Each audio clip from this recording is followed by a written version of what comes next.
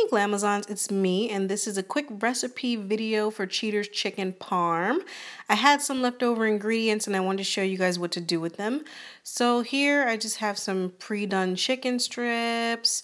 This is super simple. Here you've got some Prego, and I've got some provolone cheese. I've got mozzarella cheese. And I've got 2 leftover hot dog buns. Now this recipe is very kid-friendly. It's super easy. Anyone can do it.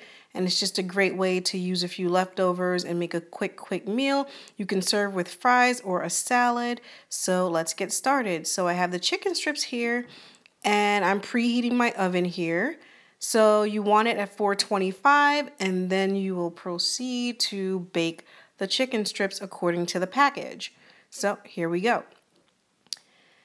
I had some leftover, so why not? Now my 2 little leftover hot dog buns, here I am putting provolone cheese down first because I am then going to spoon a little sauce, and you don't want the sauce to drip and soak through the bottom, which is why you're going to put the cheese first. So you can use any marinara or your favorite pasta sauce. Will work just fine.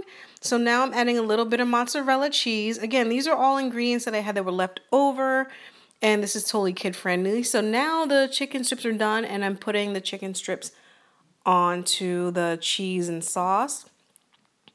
And I'm going to put this in the oven after covering it with more cheese and more sauce. So as you can see, this is just a very quick impromptu chicken parm without all of the work, which is pretty freaking cool.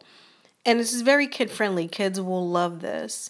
And so here you go. I put it back in the oven, and now the cheese is all melted and yummy and ready to enjoy.